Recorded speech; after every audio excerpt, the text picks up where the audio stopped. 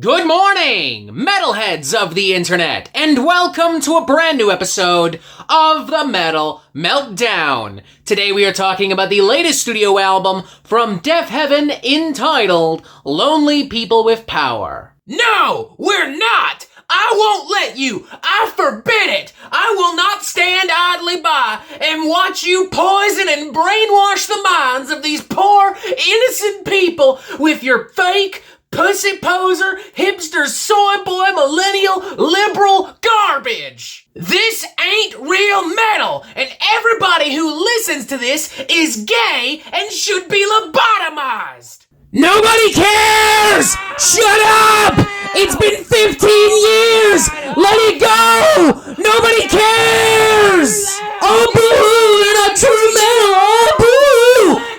Yeah, fuck you too! I don't give a shit! I don't care! Stop being so goddamn stupid and sensitive! Grow the fuck up!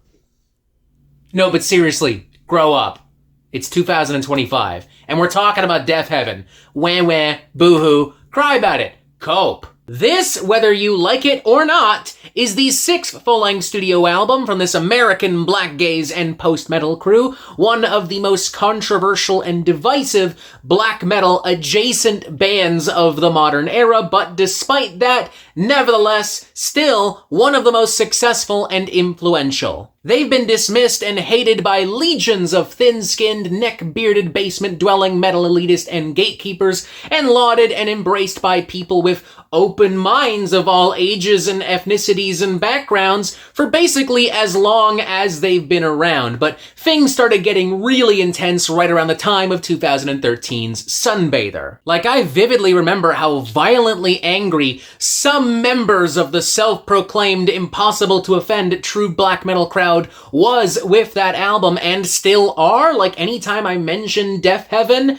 there's always at least a couple people really shitting and pissing their fucking pants. But like, I and many others didn't care, still don't care, not gonna care. Because before Sunbather, I dismissed a lot of black metal as just noisy, repetitive garbage. Sunbather was an album that showed me the potential of black metal. It kind of opened my eyes to everything that the genre was capable of. And from there, I became acquainted with Enslaved and Emperor and Behemoth and Watain. And I came to know of a lot of other blackgaze and post-black metal bands like Lantlos, Alcest. I came to know of a variety of experimental black metal bands like Blood Us Nord, Liturgy, Imperial Triumphant. For me, it's an incredibly important album, one that I still have a really deep attachment to years later. I think it's honestly a masterpiece, and I also love their other albums, Roads to Judah, New Bermuda, Ordinary Corrupt Human Love. Wasn't a huge fan of Infinite Granite. Was not a huge fan of that at all. They tried their best. They wanted to go in a more straightforward post-rock, shoegaze, alt-rock direction.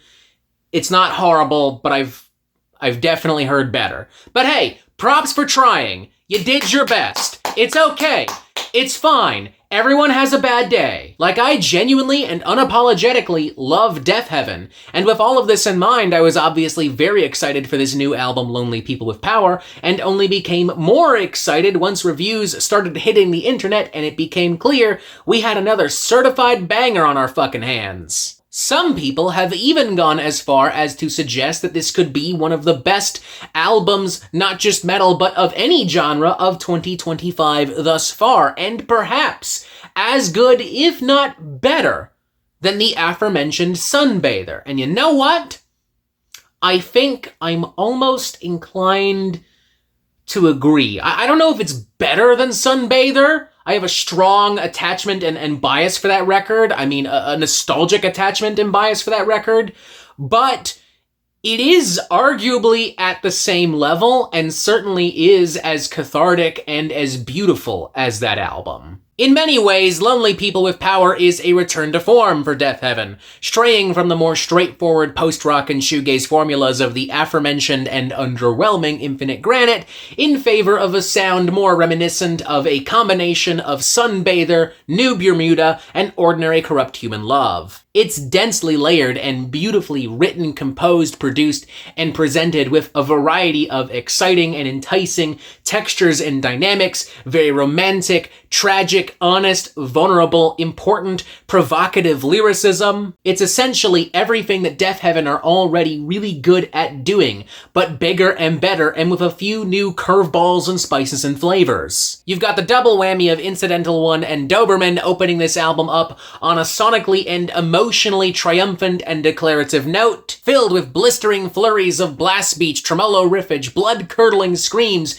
emboldened by very minimal and emotive post-metal textures and melodies subtly woven all throughout, and these haunting, atmospheric keys often looming and soaring above everything else, in a way that is reminiscent, contrary to what some would want to hear, of old-school 90s second-wave black metal. But then, around the halfway point, Deafheaven starts switching things up. We start slowing things down, we get some groovier riffs, some sharper but still equally cathartic riffage. We find ourselves in this more atmospheric kind of post-rock, alt-rock drawl, without losing any of that energy or momentum either. And this paves the path for a massive emotional outburst of atmospheric black metal and blackgaze, so perfectly paved that there's nothing really jarring about it, even though it's clearly trying to be a little jarring. It's quite smooth and seamless. And from there, the good times keep on a-rolling. Following number Magnolia, for instance, manages to genuinely thrill, with barrages of crunchy, chunky, groovy, palm-muted riffage sandwiched in between some volatile and expressive blackgaze. Perhaps most impressive here is that it doesn't compromise that fun, heavy factor, even despite being so expressive, despite being about family trauma and loss and grief. As George Clark writes in poetic and illustrative fashion, I sat and reflected on the only photo at your funeral on the easel, in the shadow of the willowed Sacred Heart, where we all started wanting, weeding, southern autumn, places of your life overgrown. All the tapes and all of the letters at heaven's gate standing with the guards, my love is endless, everything of you is me, every step is toward the grave. Could it be flesh and blood were all we gave? Then there's Revelator, which emulsifies more nuanced and complex, almost Mastodon-esque riffage, especially in the very beginning, with darker, more sinister black metal riffs and tones and spices, with walls of screaming, towering vocals and guitars, with whimpering, lingering, quiet moments, with very angry, very provocative, and very nihilistic lyricism. Frankly, it's kind of hard not to think of the current and rapidly devolving political and social ecosystem of the moment when George Clark writes, the truth of renaming our struggle, seething in secret, the mirror of the ugly cowards, taking the moment now, tying us to the ground, watching them hammer the nails. I'm bringing them bile, I'm clearing desires, coins on their eyes, I'm clipping the flowers of spiritless leaders. Oh, they tremble in towers, lonely people with power, devoured by God. Then there's Body Behavior, which does a really great and cool job at meshing stark post-black metal with more traditional, Joy Division-esque post-punk soundscapes and beats and bass licks, while examining masculinity and sexual power dynamics. Meanwhile, tracks like Amethyst and Heaven do a great job at striking a balance between the varying post-metal delivery methods of Infinite Granite and Ordinary Corrupt Human Love, whereas Incidental 2 and 3 take us into more experimental, abstract, minimal, atmospheric spoken word territory, with Incidental 2 in particular really catching me off guard in its second half with a sudden launch into static, noise-crusted doom, vaguely reminiscent of some Lingua Ignota stuff or some more experimental noise stuff from Full of Hell. Like maybe something they would have had on the recent Andrew Nolan collaboration, you know, or something they would just have in the middle of one of their regular albums to scare the shit out of me. But the real star of the show here is ultimately the album's closing number, The Marvelous Orange Tree, a beautiful, lush, dense, cinematic, powerful number that absolutely, intentionally so I might add, brings us back to the pecan tree from Sunbather, and it also channels influences from Agalloch, Alcest, Lantlos. Love the slower mid-pace draws and acoustics here, those beautiful harmonizing crooning vocals as well, contrasting and clashing with these piercing screams. Just an absolutely stunning track in my opinion. If this one song was the entire album, we'd be looking at a very easy 5 out of 5. And honestly, with that in mind, what do I want to score it? I don't know.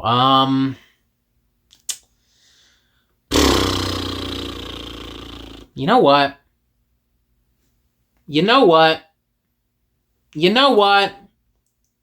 fuck it. 5 out of 5. I'm going there. I'm going there, man. I'm going there. I'm fucking going there. I don't fucking care. I think it's perfect. Honestly. Like, there's nothing I would change. There's no fat. There's no filler. It's beautiful. It's powerful. It's important. Immaculately produced. Like, what? How is it not perfect? How? I don't know if I like this more than Sunbather. It's gonna take some time for me to come to that possible, potential, hypothetical conclusion, but it is at bare minimum on the same level. An absolute spectacle, a moving and beautifully made and constructed and executed album on every single level. If you really truly hate Deafheaven, if you are currently typing in the comment section right now, this isn't real metal, kill yourself, poser, then there's very clearly nothing I can say and nothing Deafheaven could do to ever change your mind, and I really don't know why you're here other than to talk shit. But if you're like me, and you've grown up with Deafheaven, and you love blackgaze and post-black metal, and more emotive songwriting in extreme metal, and if you're open-minded and you want something new from black metal, boom, here you go, there it is. Honestly, I would recommend this to you if you were like brand new to black metal as well, because like, why not? I mean, Sunbather opened my eyes back in the day, maybe it'll open yours as well. Well, this album, I mean, Lonely People with Power. But check out Sunbather too. Check out everything Deafheaven related because they rule and they rock. I don't even know what else to say, man, except that y'all know me. Y'all know I don't give out 5 out of 5 perfect scores very often at all. If I say an album is perfect, it's because I genuinely, truly believe that it's perfect. It's because it moved me. And I truly believe that Lonely People with Power is perfect.